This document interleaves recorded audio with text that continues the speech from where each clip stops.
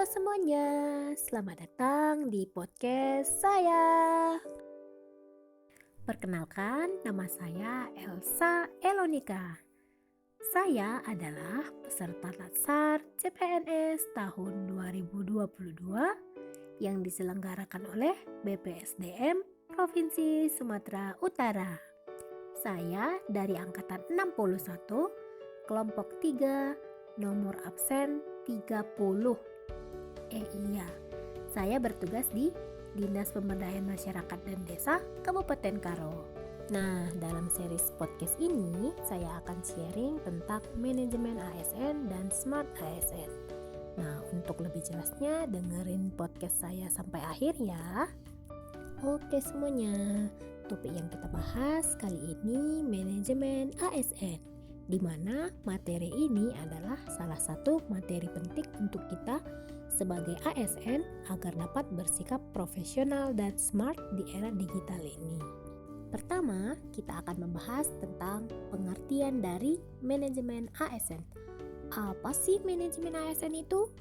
Manajemen ASN adalah pengelolaan ASN untuk menghasilkan pegawai ASN yang profesional, memiliki nilai-nilai dasar yaitu berakhlak, beretika profesi, bebas dari intervensi politik, dan bersih dari korupsi, kolusi, dan nepotisme.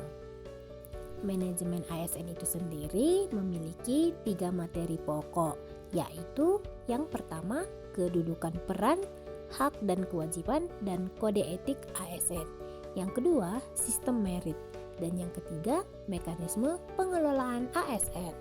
Pertama-tama, kita akan mengenal dulu tentang kedudukan ASN berdasarkan Undang-Undang Nomor 5 Tahun 2014. Menurut Undang-Undang Nomor 5 Tahun 2014, ASN dibagi menjadi 2, yaitu PNS dan P3K.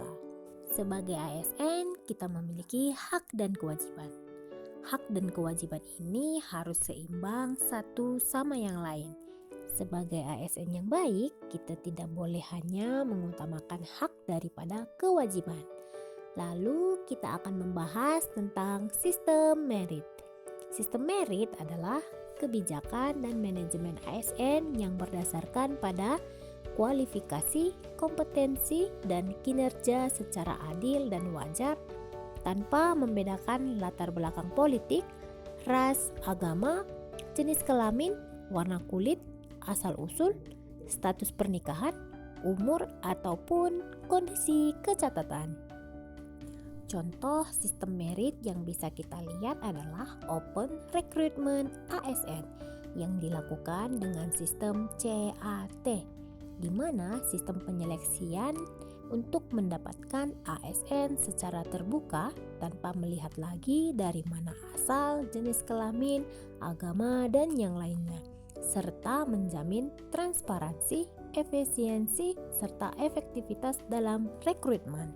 Nah, selanjutnya kita akan membahas tentang mekanisme pengelolaan ASN, yang pada dasarnya adalah kebijakan dan praktek dalam mengelola aspek sumber daya manusia dalam organisasi, termasuk hal ini adalah pengadaan, penempatan, mutasi, promosi, pengembangan, penilaian, dan penghargaan.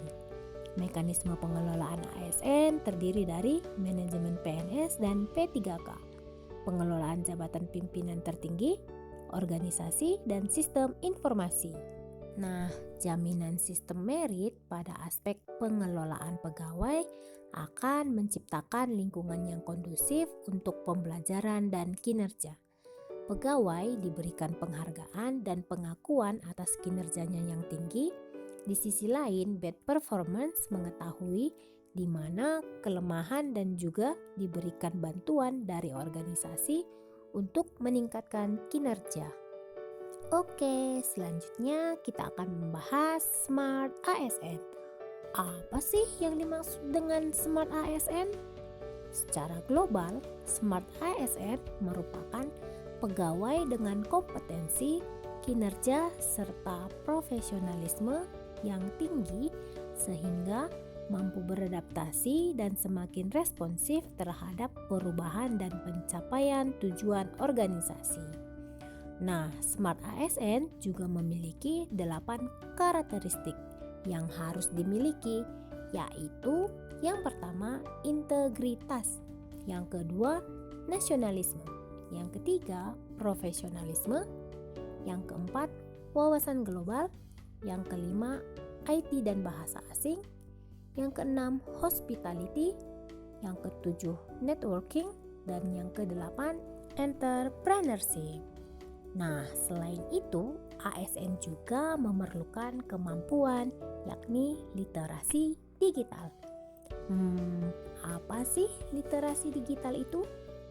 Jadi, literasi digital adalah kemampuan untuk mengakses, mengelola, memahami, mengintegrasikan, mengkomunikasikan, mengevaluasi, dan menceritakan informasi secara aman dan tepat melalui teknologi digital untuk suatu pekerjaan.